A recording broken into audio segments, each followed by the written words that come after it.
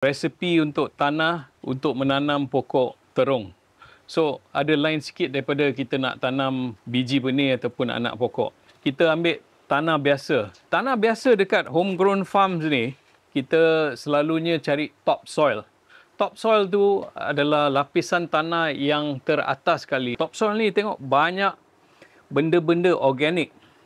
Ada kayu-kayu, ada daun-daun, ada akar-akar yang dah reput. So ini yang penting sekali untuk kita. So untuk mixture ataupun untuk resepi untuk balang besar ni, kita pakai banyak topsoil. Topsoil mungkin 5 kali.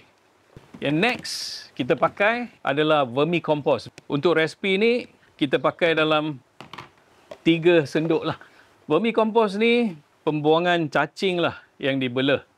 Dalam homegrown farms, kita beli vermicompost ni dalam 5 hingga 8 tan tiap-tiap tahun. Benda ni untuk kita baja yang paling mujarab. Kita tak pakai baja sintetik, kita banyakkan pakai benda-benda yang organik. So ini kita letak dalam 3 scoop. Lepas tu, kita masukkan coco peat kita. Nak penuhkan isi padu bekas ni kan. So kita tambah dalam 3 ataupun 4 senduk coco peat lah.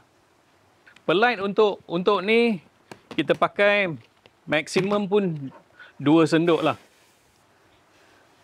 Seperti yang kita kata tempoh hari, perlite ni memang bagus untuk saliran lah. Dia takkan mampatkan tanah. So benda ni kita campur lah. Okey, kita dah campur benda ni. Benda ni ringan dan memang berkhasiat lah dan banyak nutrien untuk pokok buah seperti terung.